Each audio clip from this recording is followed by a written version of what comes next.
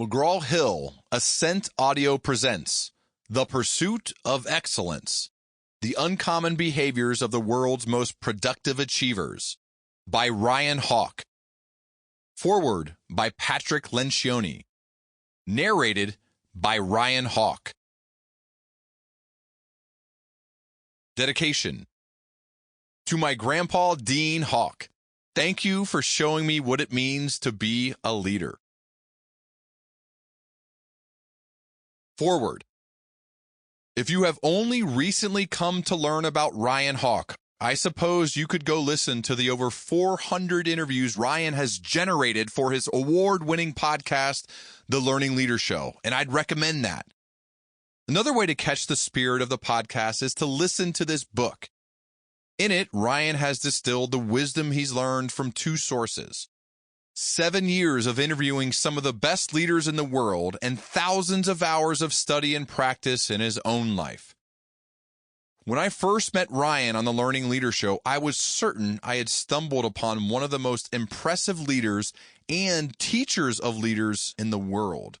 He doesn't come from New York City or Washington, D.C. or Silicon Valley. Ryan's from Dayton, Ohio, and he isn't enamored with title or status. He just wants all of us to be better, and he does that by giving us access to real-world, humble leaders who are in the trenches with their people, those who have learned how to lead through trial and error. Ryan Hawk certainly didn't know what his podcast would become when he posted his first episode 7 years ago. Or maybe he did. He's that kind of guy. But he couldn't have anticipated that he would bring so many people together to share their experiences in such a powerful way. This book is the culmination of that adventure in learning and teaching. Ryan has systematically observed the world's most excellent leaders and then assembled those observations into a toolkit outlining the actions and attitudes that drive achievement. This book is an absolute must-read if you care to live an excellent life. Having spent hours with Ryan on and off air, I'm inspired by his dedication to producing excellent work and pursuing excellence in his own life, all with an eye to serving the community he's worked so hard to build. Take the time to listen to this book and ask yourself how these words can make you a better leader and a better person right now. Thank you, Ryan, for bringing us this gem, The Pursuit of Excellence, from Patrick Lencioni, founder and CEO of The Table Group, best-selling author of The 5 Dysfunctions of a Team and The Advantage. Introduction. When not crashing their flying machine prototype into the sand dunes of Kitty Hawk, North Carolina, Orville and Wilbur Wright spent large swaths of time sitting on the beach watching birds and imitating their movements. At least that's how it appeared to the locals who took notice.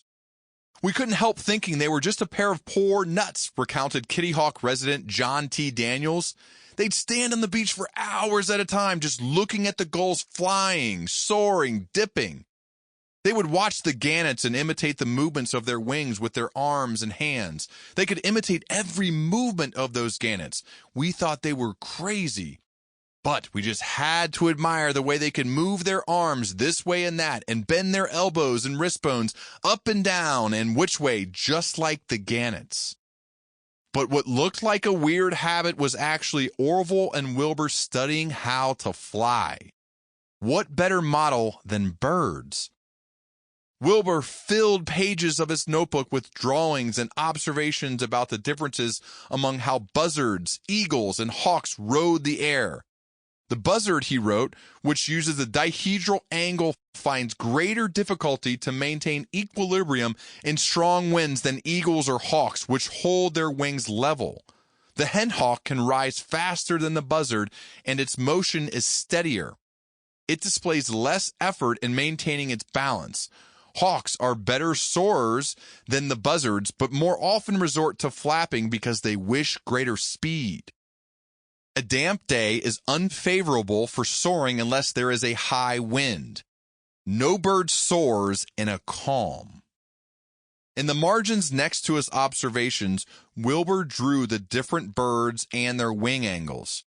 He paid close attention to the subtle differences in wing inclination, center of gravity, and the fore and aft equilibrium that all factored into lift and flight. Orville explained it succinctly.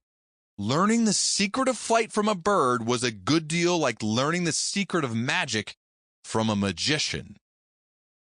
In Dayton, Ohio, I grew up with the legacy of the Wright brothers, the fingerprints of civic pride in the turn-of-the-century Daytonians who unlocked the secret of powered human flight are everywhere. There is the series of National Aviation History Museum sites on Dayton's west side, the Wright brothers' family home and their bicycle shop, the places where their dreams and theories about flight took shape. The over 8,000 acres of Wright-Patterson Air Force Base encompass the field on Dayton's east side where the brothers perfected their Wright Flyer after its historic first flight. Located next to Wright-Patterson Air Force Base is Wright State University. Drive through the center of Dayton's downtown and you will pass under a gorgeous piece of abstract art known as Flyover that traces the 150-foot-long and 43-foot-high flight path of the Wright brothers' first flight. Over the years, a methodology has emerged that drives my pursuit of excellence following this very same pattern. Just as the Wright brothers were fascinated by the movements of birds, I am fascinated by the stories behind personal and organizational excellence. Just as they took note of the most fundamental details of how birds moved their bodies to harness the forces of lift, I love distilling the examples of excellence in others down to their component parts. My goal is to understand why it happened. Was it intentional, deliberate action that caused the outcome, or was it luck? How did that result come about? What was the series of events that led to it? When I can identify the actions, behaviors, habits, routines, and rituals of those who sustain excellence, I implement them to see what works for me and what could work for others. This approach and that effort have culminated in the book you are now listening to. Success versus excellence. What's the difference between success and excellence? It's a question I hear often, and it's one I have asked myself and others many times. The person whose answer I find myself sharing with others the most is that of a high school basketball coach named Brooke Cups. Brooke is the head basketball coach at my alma mater, Centerville High School. He coached the elite-level AAU team that featured both his own son, Gabe, and the son of LeBron James Jr. In 2021, he led Centerville to its first ever state championship. Gabe was the leading scorer in the championship game. Over the past few years, Brooke has become one of my most valued friends because he embodies what it means to live true to your values. I have long been an admirer of how he does more than just teach basketball to the young people in his charge. He instills in them the lessons of leadership and specifically a thirst for excellence. When I asked Brooke what the difference is between success and excellence, he replied, "Success is based on a comparison with others. Excellence is measured against your own potential." His answer is so simple, yet so true. The only comparison I should be making is with myself. Will I be better tomorrow than I am today? Will I be more thoughtful, more intentional, more purposeful in the future than I am right now? Do my habits, routines, rituals, and actions match my intention to be better tomorrow than I am today? These questions are the gateway to excellence because living a life of excellence is about the fanatical pursuit of gradual improvement. I like the way author Darren Hardy describes the compounding effect of gradual improvement. It's the principle of reaping huge rewards from a series of small, smart choices, plus consistency, plus time equals a radical difference. Don't sacrifice the gift. Why not be satisfied with the attainable goal of success rather than opting for the hard road of continuous but never finished improvement? Why pursue excellence when winning can be had for less? The words of famed long-distance runner Steve Prefontaine accurately capture how I feel. To give anything less than your best is to sacrifice the gift. Steve Prefontaine set American records at every distance from 2,000 to 10,000 meters as he prepared for the 1976 Olympics. Known simply as Pre in the running world, he was renowned for setting an extraordinarily fast pace. He said, "A lot of people run a race to see who is fastest. I run to see who has the most guts, who can punish himself into an exhausting pace, and then at the end, punish himself more." This is a different way of viewing what a race is all about, as a test of yourself, not a means of comparing yourself to others. Can you be better this time than you were last time? What are you doing to intentionally improve yourself? That's what excellence is about. The primary comparison you should get in the habit of making is the one with your previous self. What are you doing to be better tomorrow than you are today? Who are you surrounding yourself with to ensure that? What habits are you creating to consistently improve over time? All these actions and thoughts come from intention and living with purpose. I won't say that this is the easiest way to live, but I think it's the most fulfilling. Always striving to do better is a challenge. I'm driven to meet that challenge. To not pursue excellence would feel like I'm wasting this wonderful opportunity I've been given. The pursuit of excellence is about maximizing my potential. The chase is about not just accepting the problems and struggles that are inevitable parts of life. It is about embracing them. Why not aggressively attack them? I'm fueled by feedback that what I do helps people. I'm motivated by positively impacting the lives of others, whether friends or complete strangers. I relish the challenge of helping high performers, people who are smarter than me, have already accomplished a lot, and have the titles to prove it. Accepting that challenge means showing up and doing it well. But embracing that challenge also means daring them to do the same and pushing them to aim higher. I feel a sense of responsibility to be excellent based on the fortunate circumstances into which I am grateful to have been born. As I've gotten older, I've realized just how fortunate I am to have been nurtured throughout my life by my parents, my brothers, my coaches, and great bosses.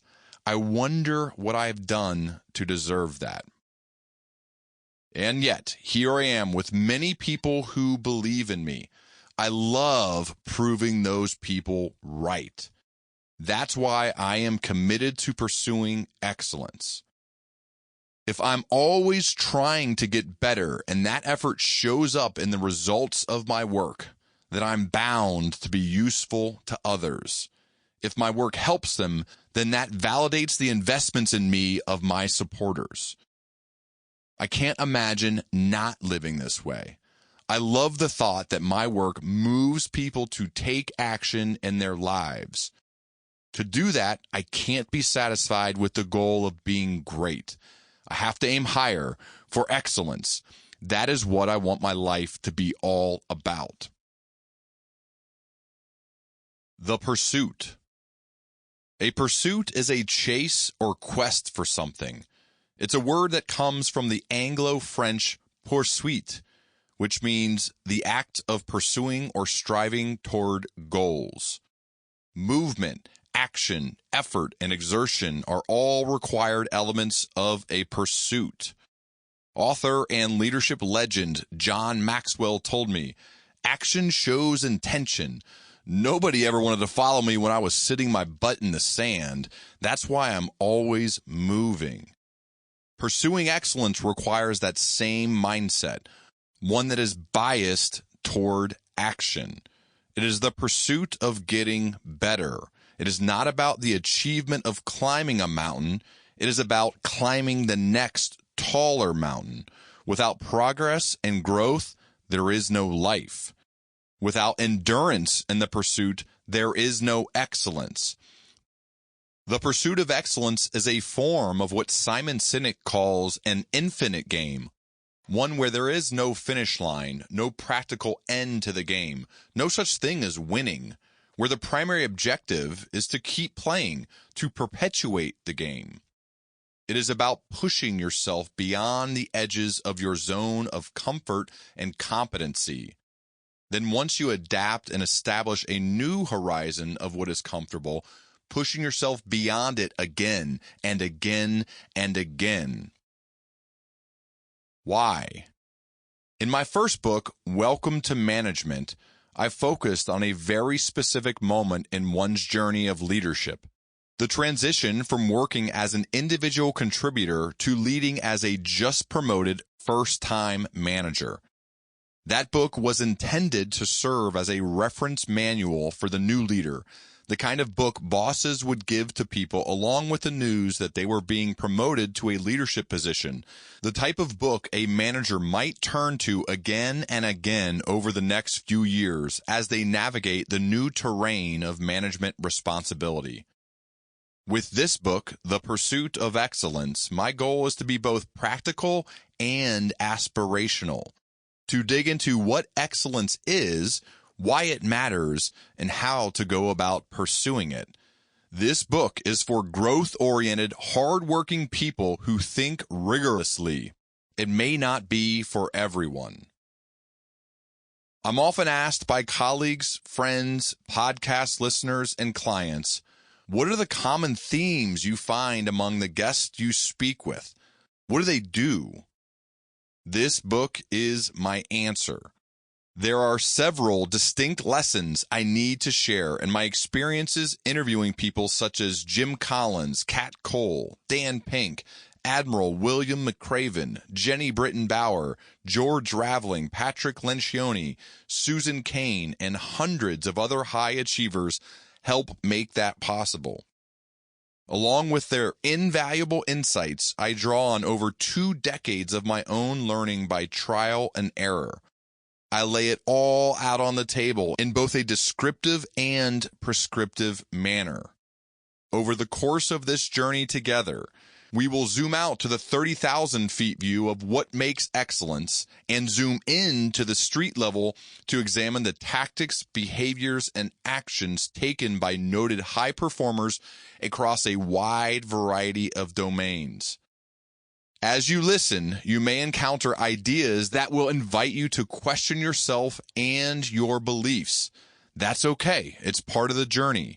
You will also find specific actions to take, experiments to run, and tools to analyze what works best for you as you pursue your own brand of excellence.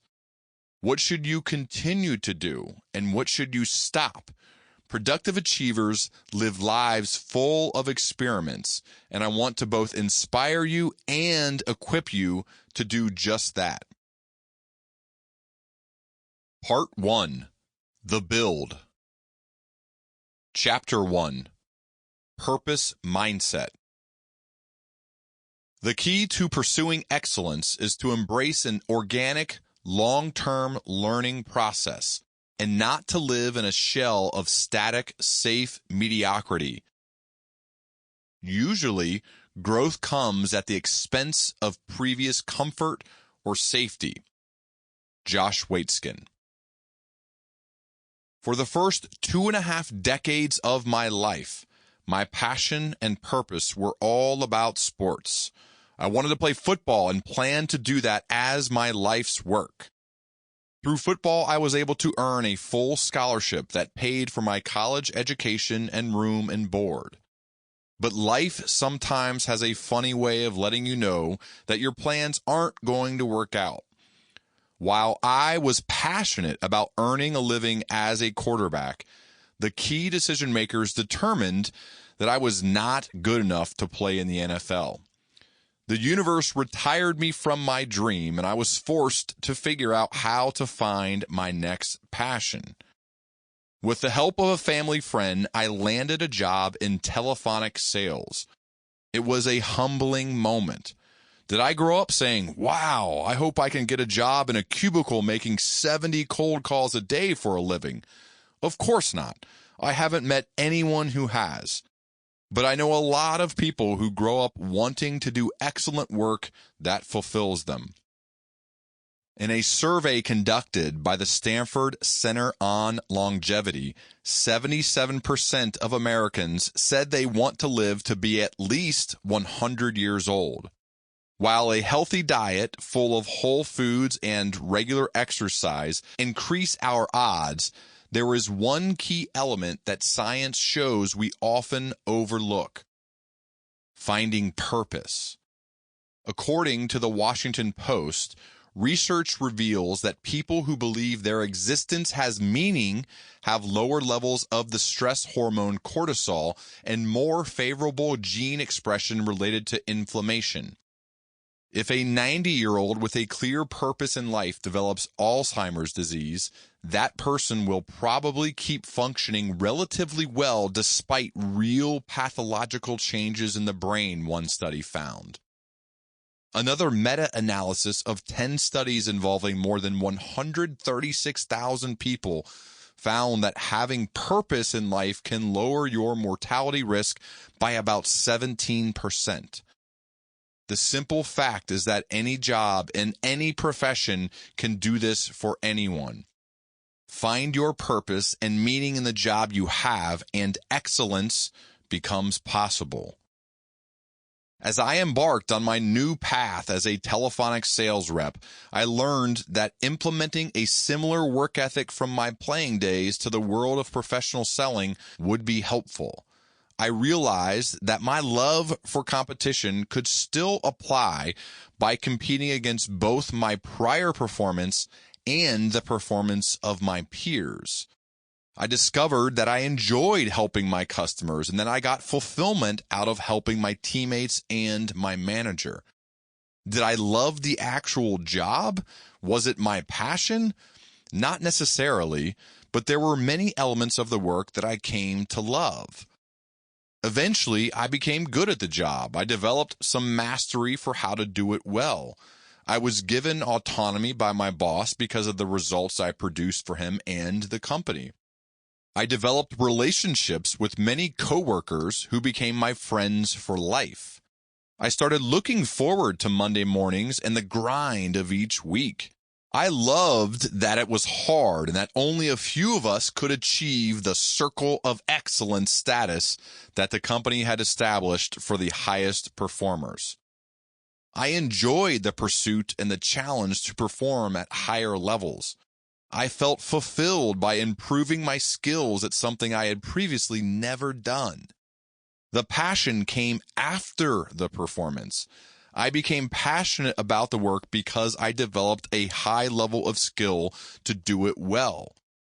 And the same is true for what I do now for a living. I am immensely curious about understanding the frameworks of excellence of others. Because of that, I launched a podcast with the intent of creating a platform to enable me to have long-form conversations with fascinating people who have sustained excellence.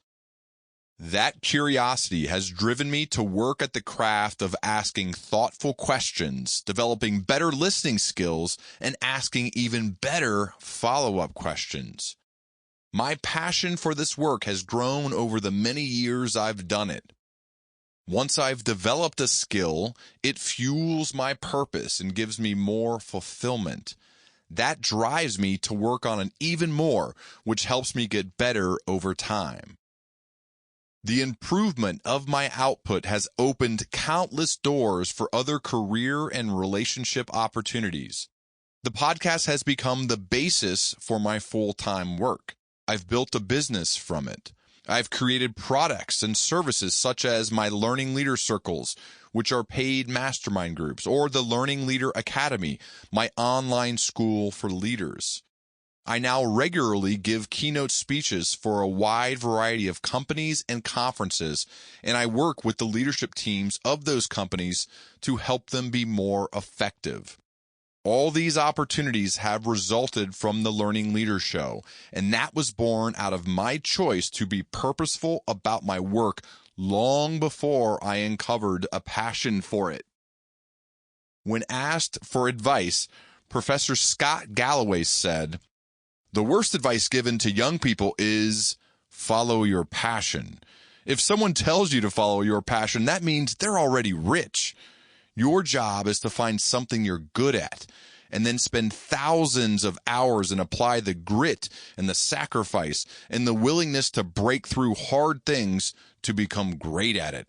Because once you're great at something, the economic accoutrements of being great at something, the prestige, the relevance, the camaraderie, the self-worth of being great will make you passionate about whatever it is. Here's the problem with believing you should follow your passion. Work is hard, and when you run into obstacles and you face injustice, which is a common guaranteed attribute of the workplace, you'll start thinking, I'm not loving this. This is upsetting and hard. It must not be my passion. That is not the right litmus test. Jay-Z followed his passion and is a billionaire. Assume you are not Jay-Z. This is the same advice I received years ago from Cal Newport, author of So Good They Can't Ignore You and Deep Work.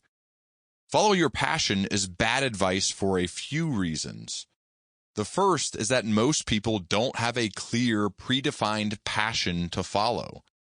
This is especially true if you consider young people who are just setting out on their own for the first time. The advice to follow your passion is frustratingly meaningless if, like many people, you don't have a passion to follow. The second reason is that we don't have much evidence that matching your job to a pre-existing interest makes you more likely to find that work satisfying. The properties we know lead people to enjoy their work, such as autonomy, mastery, and relationships, have little to do with whether or not the work matches an established inclination. It's about growth. Dr. Carol Dweck was born in New York in 1946, the middle child of 3. In 6th grade, Carol and the rest of her fellow students were seated in order of their IQ. The children with the highest IQs in the class were the only ones entrusted with special classroom duties, washing the blackboard, carrying the flag, or taking a note to the principal's office for the teacher. Carol said, "On the one hand, I didn't believe that a score on a test was that important. On the other hand, every student wants to succeed in the framework that's established. So looking back, I think that glorification of IQ was a pivotal point of my development." In fact, that experience set up the trajectory of her professional scholarship decades later. For her PhD, Dweck asked children to answer a series of increasingly harder questions. Her goal was to measure how they responded to questions they eventually would get wrong. She wanted to see how they would cope with it. I was amazed when some of the kids got excited when I gave them problems they couldn't solve. My eyes kind of bugged out. Those kids taught me something that determined the rest of my career. I wanted to figure out what kind of special sauce they had, and I wanted to bottle it. That is what I devoted my career to. Dr. Dweck would later publish her best-selling book, Mindset, The New Psychology of Success. In it, she lays out the differences between what she calls the fixed mindset, the belief that growth potential is limited by inherited traits like IQ, and the growth mindset, the belief that inherited traits merely provide the starting point for nearly limitless growth potential. Her research suggests that teachers can foster students' growth mindset by teaching them that intelligence can be developed, which helps them to embrace challenges and the rewards that come with hard work and effort, not just those that flow from their inherent intelligence. When I spoke with Dr. Dweck on my podcast, Sample complete. Ready to continue?